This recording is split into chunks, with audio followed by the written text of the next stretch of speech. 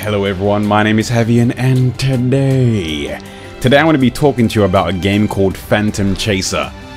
This is a game that recently had an overhaul based on a lot of player feedback, so the developers reached out to me and asked if they could sponsor a video so I could show you what the game's currently like.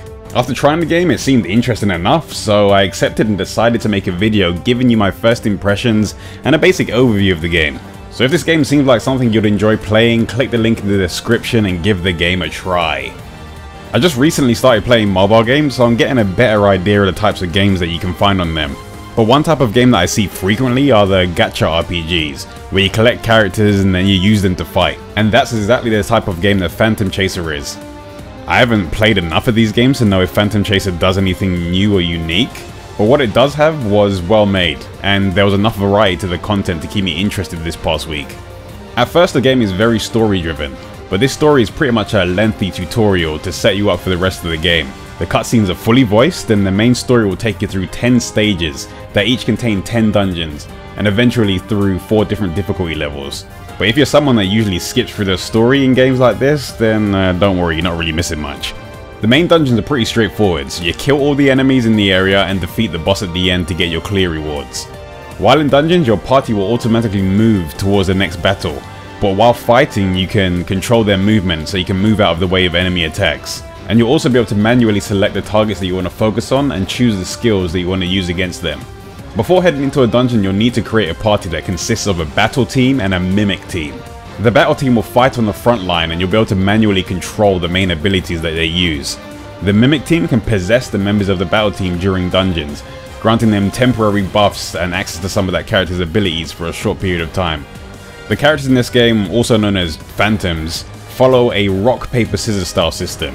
Strength Phantoms have an advantage over dexterity opponents. Dexterity have an advantage over intelligence, and intelligence have an advantage over strength. Selecting the right set of Phantoms for your party will be important, but thankfully, playing through the main story will give you a set of Phantoms to get you started.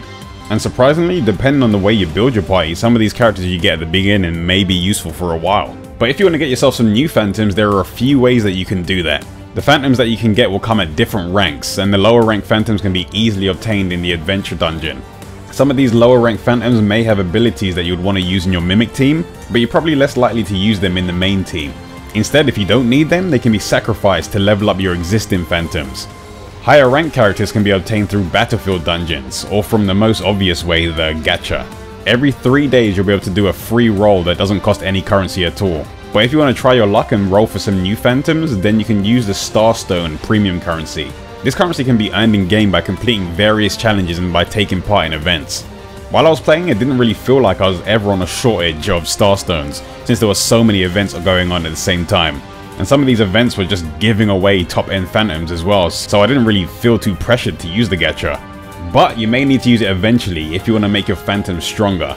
If you want to upgrade your Phantoms, you can level them up, you can evolve them and transcend them. Once you hit the level cap of 200, you'll be able to evolve your Phantom. This will give them a new appearance and unlock their final ability.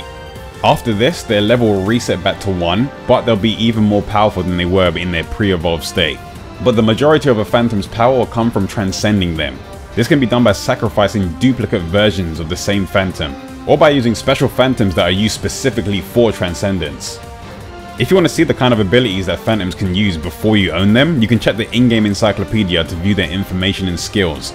And if you want to test any of these Phantoms out, you can just head into the training area and try them out.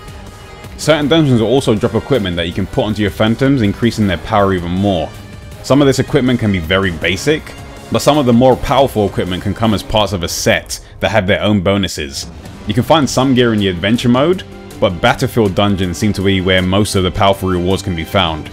In this game, the entering dungeons usually consume stamina, but most of the Battlefield Dungeons have a limited amount of free entries per day that can be replenished by spending Starstones. The Labyrinth of Time is a dungeon that will earn you experience point Phantoms that can be used to level up your characters. The River of Fire dungeon is a survival mode where you'll get more rewards depending on how far you can go. In these dungeons, your Phantoms won't recover health after battles, but between fights you'll be able to switch your Phantoms to new ones that have more health. The Gap of Destiny dungeons unlock at various times during the day, and these dungeons seem to give increased money rewards and seem to be a good place to get some extra cash if you need it. The arena is where you'll compete against other players to reach the top of the PvP leaderboards and claim some extra rewards.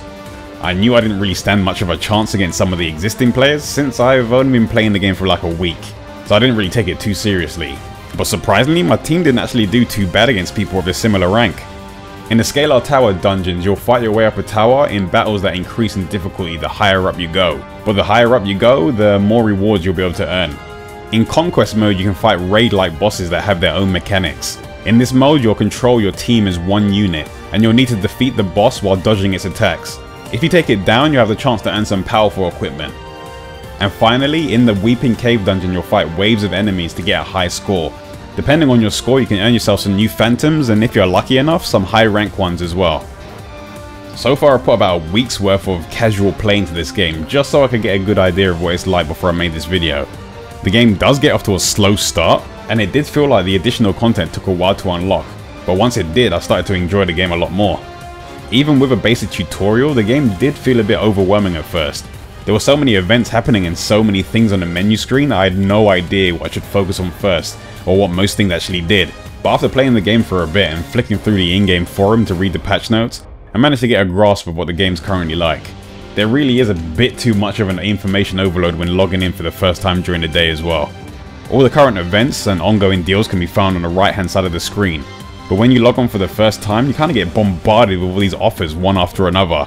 Having a summary of all the events is totally fine, but when you see page after page of deals, it can leave the wrong impression of the game. Honestly, it feels a bit unnecessary. But on the plus side, it does seem like the developers have listened to their community and implemented changes to streamline the game and make the content less restrictive.